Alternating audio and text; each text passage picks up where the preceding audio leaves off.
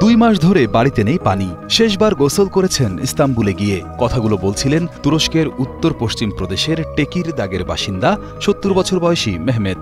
তার স্ত্রী ফাতেমা জানান তারা রাত জেগে থাকেন, যদি হঠাৎ পানি আসে তাহলে বোতলে ভরে রাখতে পারেন। অন্য আরেক বাসিন্দা রেমজি কারাবাস জানান কাপড় ধোয়ার জন্য তিনি ইস্তাম্বুলে যান এবং শিগগিরই টেকিরদাগ ছেড়ে অন্যত্র চলে যেতে চান।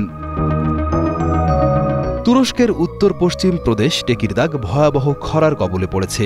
এ অঞ্চলের প্রধান বাঁধগুলোতে এখন আর খাওয়ার উপযোগী পানি নেই।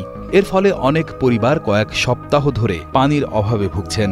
এবছর দেশ জুড়ে বৃষ্টি অনেক কম হয়েছে। শুধু জুলাই মাসেই বৃষ্টিপাত কমেছে 71%। মারমারা অঞ্চলে জুলাই মাসের বৃষ্টিপাত কমেছে স্বাভাবিকের তুলনায় 95%। গত 10 মাসে মারমারায় বৃষ্টির পরিমাণ কমেছে 32%, আর পুরো তুরস্কে কমেছে 26%। আবহাওয়া দপ্তর বলছে এটি গত 52 বছরের মধ্যে সবচেয়ে কম বৃষ্টিপাত। টেকিরদাগের নাইব বাঁধে আগস্ট মাসে পানির স্তর নেমে গেছে 0%, অথচ গত বছর একই সময়ে বাঁধটিতে 21% পানি মজুদ ছিল। পানির অভাবে কর্তৃপক্ষ সেচের জন্য রাখা পানি শহরে এনে ব্যবহার করছেন।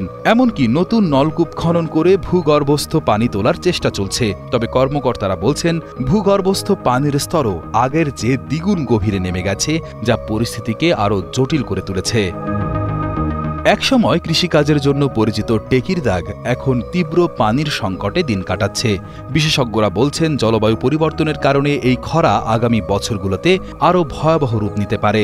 যদি বিকল্প ব্যবস্থা না নেওয়া হয় তবে শুধু টেকিরদাগ নয়, তুরস্কের অন্যান্য প্রদেশও বড় ধরনের পানির সংকটে পড়বে।